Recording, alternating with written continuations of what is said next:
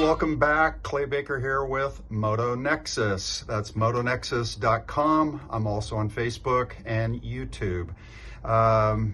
Yesterday we did a check on a battery that didn't turn out so well. This guy's dead. We're going to get it recycled. New battery arrived. Got a brand new Motobat battery for this one. And before we stick it in the bike, we're going to do the same two tests again. Now, some of you probably are asking, well, gee, your other tester from Ancel shows you what the battery voltage is. Yeah, it does. But what I'm trying to show is that not everybody has one of these, but most of us who work on our bikes have a multimeter of some kind. And so I just want to show what you might find out using a multimeter versus using a battery tester, and why sometimes you may need both, but for common electrical issues and whatnot, you'll want a multimeter. But when testing a battery, the multimeter is not always your best choice because it doesn't tell you everything about the battery.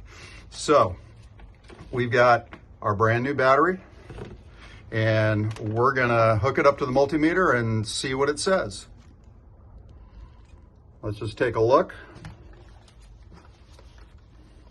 See if I can get this up there for you.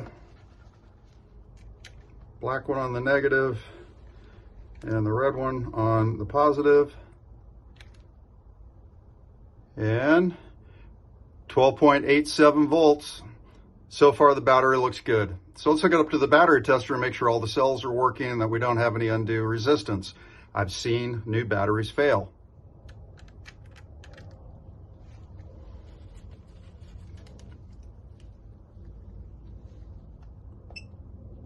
Okay, so we go to the motorcycle setting, press enter.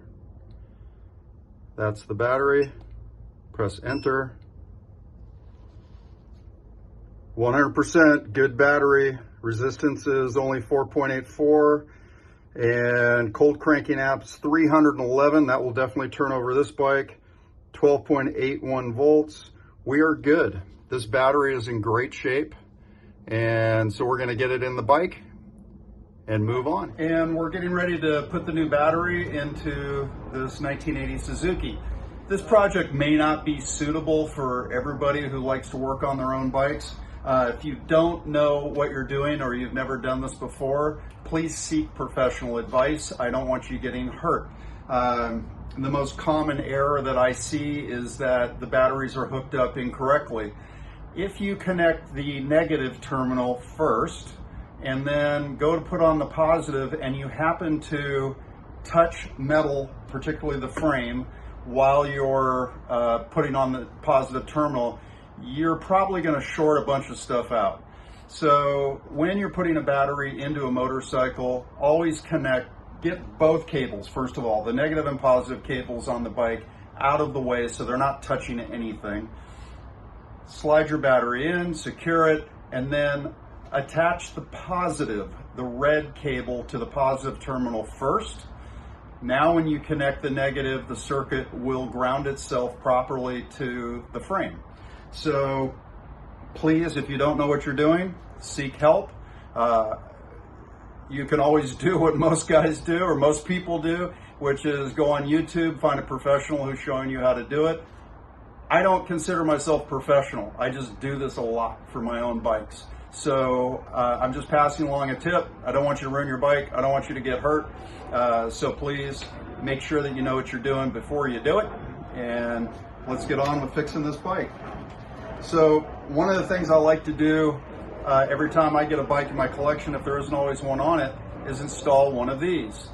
Affectionately called a pigtail. It's really just an extension cord from your battery so that you can plug a battery tender or trickle charger into this other end that's exposed. You don't have to take the bike apart, go searching, for a way to get alligator clips on your battery.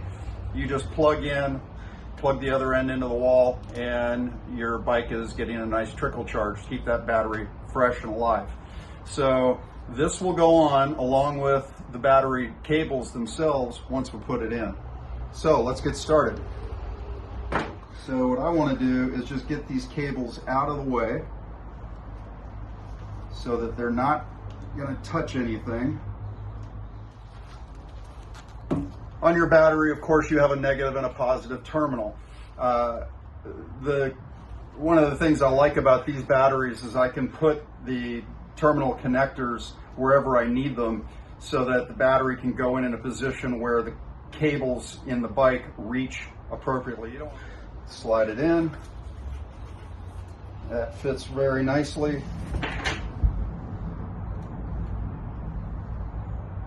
Okay, so we've got the positive side snug down.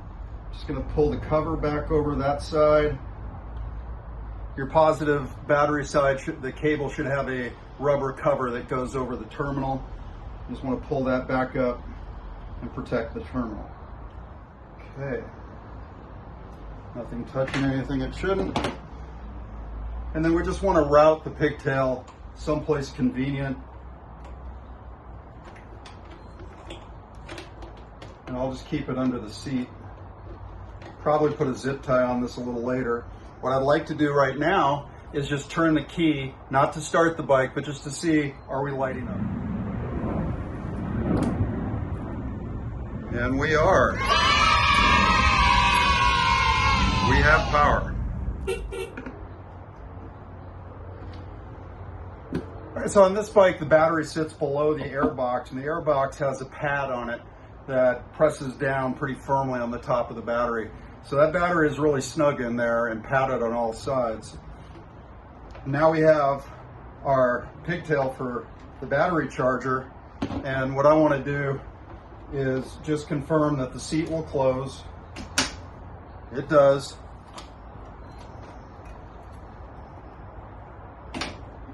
Great, there's a nice gap there, so that works. So all I want to do is secure this so it doesn't fall away. I'll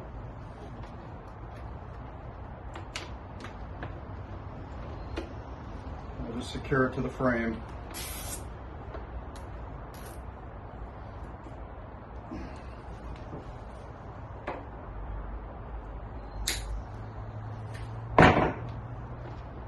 Then anytime I need to charge this battery, just lift the seat, and there it is, ready to hook up. That's it. That completes our battery installation on this 1980 Suzuki. Hey, thank you so much for tuning in and watching this video, and hopefully some of my others. Please click the subscribe button. It helps us out so much. Next video is going to be about getting this bike back on the road. So we're going to go through all the steps that you want to do on a bike that's been sitting for a long time.